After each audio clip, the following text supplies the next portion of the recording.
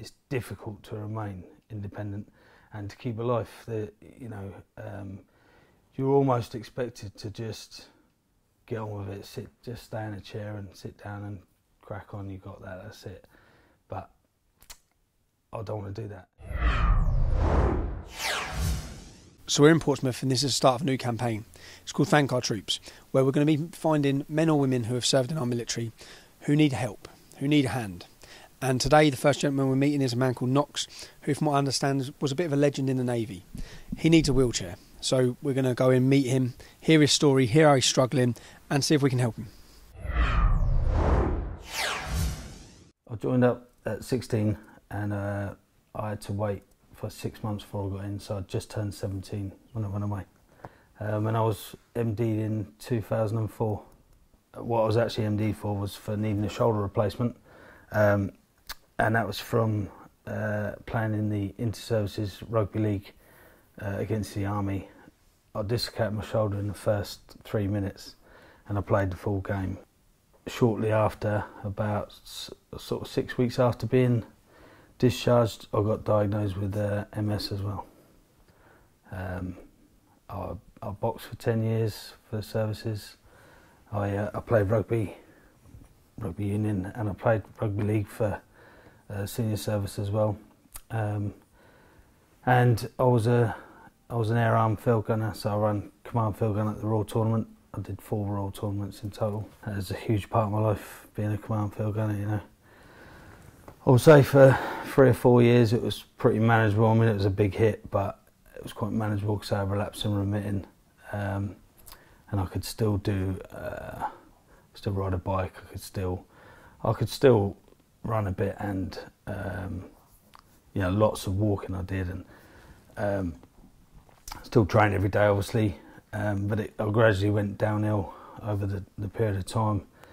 I had 3 months chemo about 6 years ago, which got me out of a wheelchair, and I was fine, but then since then I've gone on a rapid decline and I've now got progressive MS. So it's very expensive being disabled, it's like there's a lot of extra costs with these things, and my parents help me as much as they can, but and I was very lucky. I got a second-hand wheelchair, which is a very, very good independent wheelchair, titanium.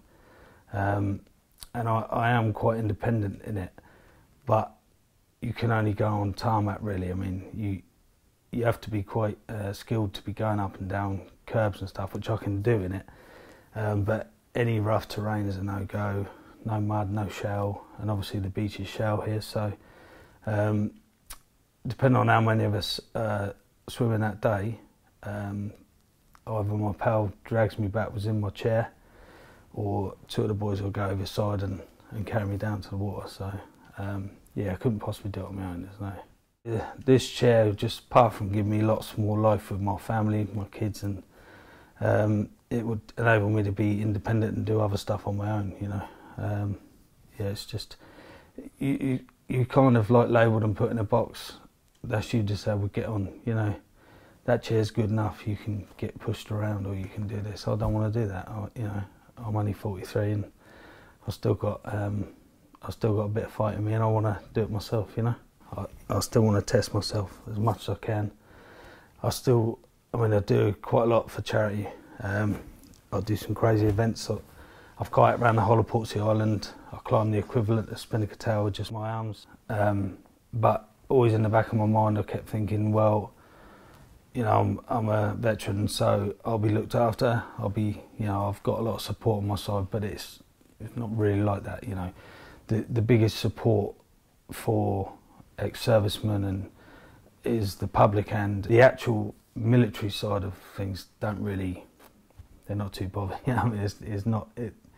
You're not as protected as you think, and that's just been proved time and time again with things like the chair. This would never be an option, well, for me, because we couldn't possibly afford it, but also that there's no way that a military charity, or that look after you would ever consider doing something like this, because they'd be like, you don't need to go in the woods, you don't need to go swimming in the water, you don't need to go down to the beach and swim, you don't need to walk your dog in the hills. There's not a they'd just be like, you can just get by. Yeah, I don't want to get by.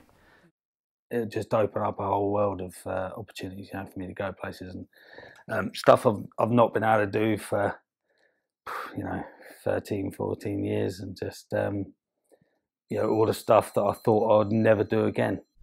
So it's 11 o'clock at night. We're in Portsmouth. We've just come out of Knox's house, and all I can say after meeting him is, I love his character. He has been a fighter his whole life. His whole life is about adrenaline. Now, what we want to do is give him that opportunity back again. Give him his opportunity to live his life again. Sitting there listening to his stories, and as an ex-serviceman, they deserve the best. We have an opportunity to do this for him. If I can ask one thing, do you know what? After spending time with him and hearing his story and hearing about how this will change his life, then this is probably the most important thing I think I've done in videos, because I'm not going to rest until that man gets that chair. He deserves that chair. He served his country, okay? He served us. Let us serve him. If I had one thing I could ask of any person who supported me over the years, I'll ask you to contribute towards this. And how much of a great feeling will you get? I know how much of a great feeling I'll get. How much of a great feeling are you going to get if you contribute towards this, and then you watch a video in a few weeks' time where we travel down and spend a day and we see him enjoying himself? Give the man back his independence. Give him a little bit back.